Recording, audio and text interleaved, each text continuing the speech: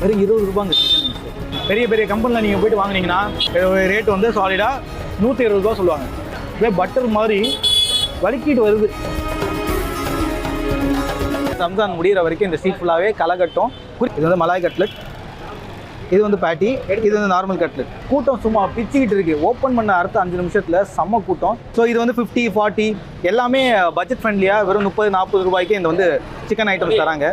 ரொம்ப நேரம் பேசாமல் சாப்பிட போயிடலாம்.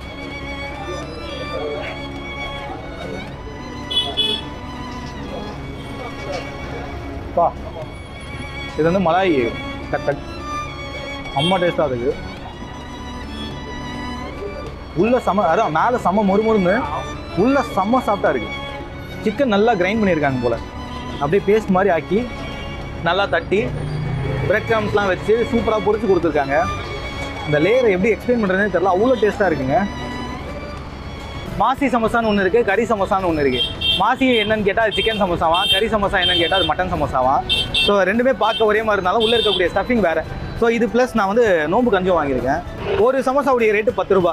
ஸோ மொத்தமாக எனக்கு 50 ரூபா ஆச்சு. ஸோ பயங்கர சூடாக திக்காக இருக்குது. நோம்பு கொஞ்சம் ட்ரை பண்ண போகிறேன். சூப்பராக இருக்குங்க. அப்பா காரம். ஸோ சிக்கன் சமோசாவை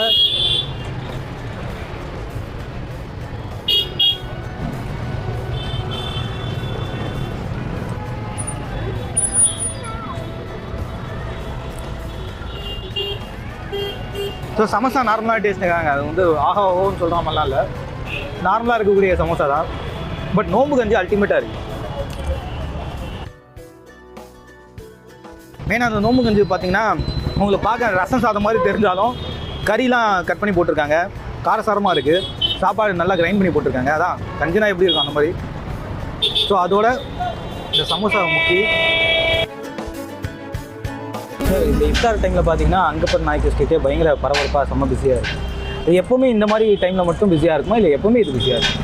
இல்லை, இங்கே மண்ணடியை பொறுத்தளவில் எப்படின்னாக்கா முஸ்லீம்ஸ்க்கு தேவையான ஃபுட்ஸ் வந்து அதிகமாக இங்கே ரெடி பண்ணுறதுனால நல்லான ஃபுட்ஸ் ரெடி பண்ணுவாங்க. அதனால் எல்லா ஏரியா மக்களும் வெளியூரில் இருக்க மக்கள் எல்லாம் இங்கே நிறைய லாட்ஜஸ்லாம் இருக்கனால எப்போயுமே வந்து இங்கே பீக்காக தான் இருக்கும் சாப்பிட்ற விஷயங்களை பொறுத்தளவில். இந்த ரமலான் நேரத்தில் வந்து எல்லாருமே விரதம் இருக்கிறதுனால காலையிலேருந்து பசிச்சிருந்து தாய்ச்சிருந்து இந்த நோம்பு திறக்கிற நேரத்தில் ஒரு சிறப்பான உணவை வச்சு எல்லாருமே நோம்பு திறக்கணும், குடும்பத்தோடு செய்யணும்னு ஒரு அமைப்பு இருக்கிறதுனால இங்கே வந்து கூட்டம் எப்பயுமே இருக்கும். இஃப்தார் டைமில் இங்கே வந்தால் என்ன ஸ்பெஷல் ஸ்நாக்ஸ் கிடைக்கும்? இங்கே வந்து A to Z மண்ணடியை பொறுத்தவரை A to Z கிடைக்கும். நீங்கள் சொன்னீங்களா அங்கப்பான ஸ்ட்ரீட்டில் போனீங்கன்னாவே நம்ம நடக்க முடியாத அளவுக்கு கடைகளும் அந்த மாதிரி இருக்கும். இப்போ மண்ணடி ஸ்ட்ரீட் நீங்கள் என்ட்ரன்ஸே நுழைய முடியல, அந்த அளவுக்கு பீக் இருக்கும். ஏன்னா குடும்பத்தில் வந்து ஒரு 10 பேர் இல்லை 5 பேர், பெரிய பேர் குடும்பமாக இருந்தால் 20 பேர் இருப்பாங்க. எல்லாருமே விரதம் இருப்பாங்க, நோம்பு இருப்பாங்க.